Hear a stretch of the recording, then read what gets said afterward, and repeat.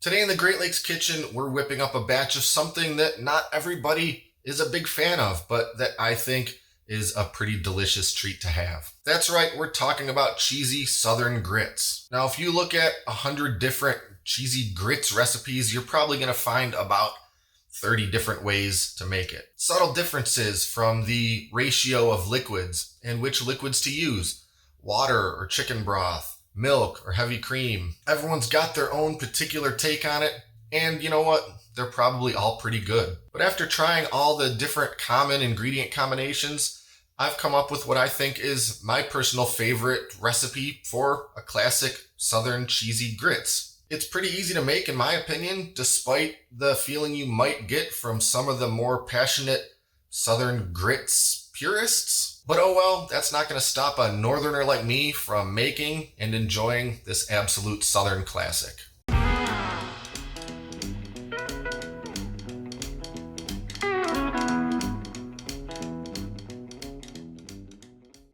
As always, let's get started by taking a look at our ingredients. First, of course, we have our stone ground grits. This is going to be a pretty good sized recipe. That is, it's going to make 4 pretty decent sized servings. So we're using 1 full cup of the stone ground grits. And by the way, make sure you do get real old-fashioned stone ground grits. Don't waste your time with anything that says instant grits. The quality of your final product is just not going to be the same. This is the brand I use, and I'll put a link in the video description to where you can buy some for yourself.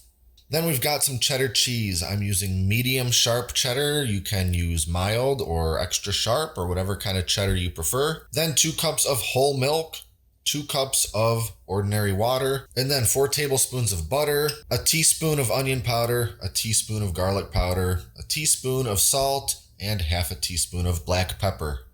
Now we're moving over to the stove, and I've got my medium-sized saucepan on the stove, and we're going to turn the heat to about medium. And the first thing we're going to do is combine the water, the whole milk, and the butter. And we're going to let this go ahead and heat up, let that butter get melted in there, and then we're adding the grits. All right, once that butter's just about melted, I'm going to go ahead and pour in all those grits and whisk them in real well.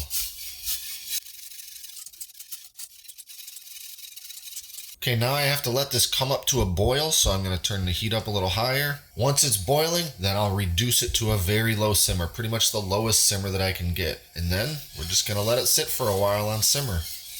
All right, we're at a boil now, so I have to reduce this to simmer, but I'm actually going to move it to this back burner on my stove, because the big burner on this stove can't actually get low enough to get a simmer that's low enough for these grits. So now we're just going to keep this here on super low heat on the back burner for somewhere between 20 and 35 minutes. Every few minutes I'll come by and make sure to give it a good stir, make sure nothing's sticking on the bottom, and I'm going to leave it completely uncovered, just like this. Now the key in the grit simmering step of this recipe, or any good grits recipe, is to simmer it low enough and long enough. Basically what we want to happen is, by the time that this is reduced and soaked in enough to be the texture and thickness that we want, the grits also have to be smooth and non-coarse and gritty to the level that we want. So we could thicken this up to the desired amount much quicker if we turn that heat up, but those grits are still going to be sort of hard or coarse or gritty. So low and slow is really key to a proper grit. So we'll come back in just a little while when this has started to really thicken up and we're getting close to moving on to the next step.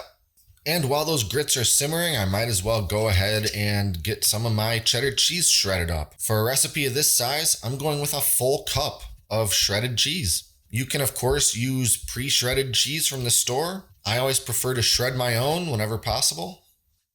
Okay, it's been just about, I'd say 30 minutes, and this is looking to be just about where I want it. I like to kind of cook it until it's almost as thick as I want, because we still have to add some other ingredients. Basically, if I can take my spoon and it starts to fall off in kind of these clumps rather than a consistent liquidy ribbon, that's about where I want.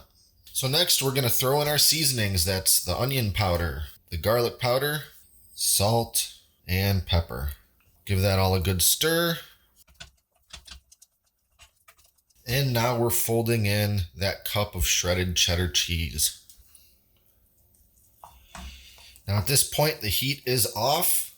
All this cheese is going to melt just from the heat of the grits themselves. I'm just going to keep stirring until everything's completely melted in and incorporated. And that right there is about exactly how I like my grits to be as far as thickness and consistency. And now we're ready to serve.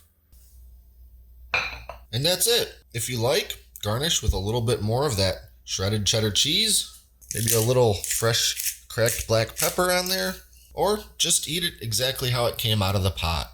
If you're already a fan of grits, then I'm certain that you're gonna love this recipe. And if you haven't ever really dabbled in grits and you wanna try it out, a good cheesy southern grit is definitely the way to go.